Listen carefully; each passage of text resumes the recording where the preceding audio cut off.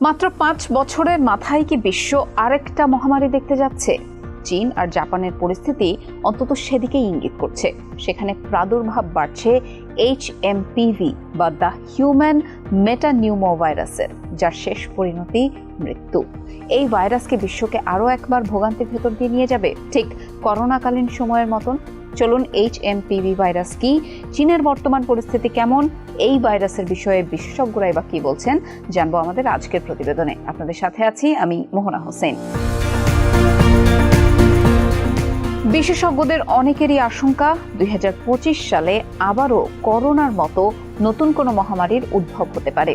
যদিও কোন রোগটি মহামারী আকার ধারণ করবে সেই বিষয়ে স্পষ্ট কোনো বার্তা এখনই দেওয়া সম্ভব নয়, তবে HMPVর প্রাদুর্ভাব ভাবাচ্ছে তাদেরকে। যুক্তরাজ্যের সাউদাম্পটন বিশ্ববিদ্যালয়ের জ্যেষ্ঠ গবেষক মাইকেল হেড বলেন, আরও একটি মহামারীর আশঙ্কা করা হচ্ছে, তবে এখনও কোন রোগটি মহামারীর আকার ধারণ করবে সেটি নিশ্চিত না বলে আগাম মহামারীটির নাম দেওয়া হয়েছে ডিজিজ এক্স। হাম, কলেরা, বার্ড ফ্লু ও স্ক্যাবিসের মতো প্রায় 11টি রোগকে সম্ভাব্য মহামারীর তালিকায় রাখা হয়েছে। এরই মধ্যে HMPVর সাম্প্রতিক প্রাদুর্ভাব চিন্তার ভাঁজ ফেলেছে চিকিৎসক ও জনস্বাস্থ্য বিশেষজ্ঞদের কপালে। চীনের সামাজিক যোগাযোগ মাধ্যমে পোস্ট করা কয়েকটি ভিডিওতে দেখা যায়, করোনার সময় হাসপাতালে যেভাবে ভিড় তৈরি হয়েছিল, একই পরিস্থিতি তৈরি হয়েছে HMPVর এই প্রাদুর্ভাবেও। একই অবস্থা দেখা যাচ্ছে জাপানেও। দেশটির সংবাদ মাধ্যম বলছে, চলতি মৌসুমে দেশটিতে ঠান্ডাজনিত সংক্রমণ ছড়িয়েছে 7 লাখেরও বেশি মানুষের মধ্যে।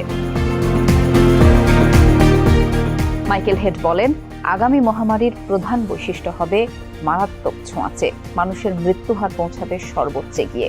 চীনে প্রতিনিয়ত HMPV প্রকট হয়ে উঠলেও এখন পর্যন্ত বিশ্ব স্বাস্থ্য সংস্থা কিংবা দেশটির সরকার কোনো সতর্কতা জারি করেনি। যেভাবে ভাইরাসটি ছড়াচ্ছে তাতে করে যে কোনো সময় দেশটিতে জরুরি অবস্থা জারি করতে হতে পারে বলে দাবিও করেছে কয়েকটি সংবাদ মাধ্যম।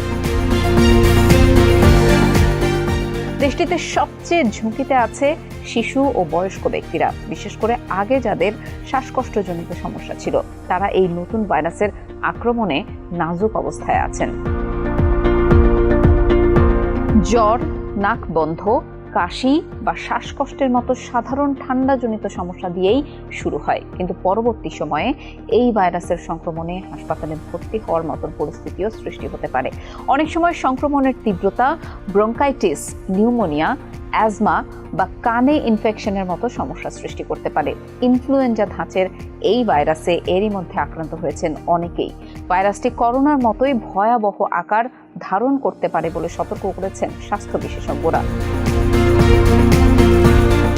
প্রায় 2 দশক আগে প্রথমবারের মতো HMPV ভাইরাস উপস্থিতি জানান দিলেও এখন পর্যন্ত এর কোনো টিকা আবিষ্কার হয়নি। চিকিৎসকরা বলছেন, করোনা মোকাবেলায় যেসব সতর্কতা নেওয়া হয়েছিল, একই পদক্ষেপে এই ভাইরাসও প্রতিরোধ করা সম্ভব। টানা 20 সেকেন্ড ধরে সাবান ও পানি দিয়ে হাত ধোয়া, অপরিষ্কার হাতে নাক মুখ স্পর্শ না করা এবং আক্রান্ত ব্যক্তিদের থেকে নিরাপদ দূরত্ব বজায় রাখার মধ্য দিয়ে HMPV থেকে নিরাপদ থাকার পরামর্শ দিয়েছেন চিকিৎসকেরা।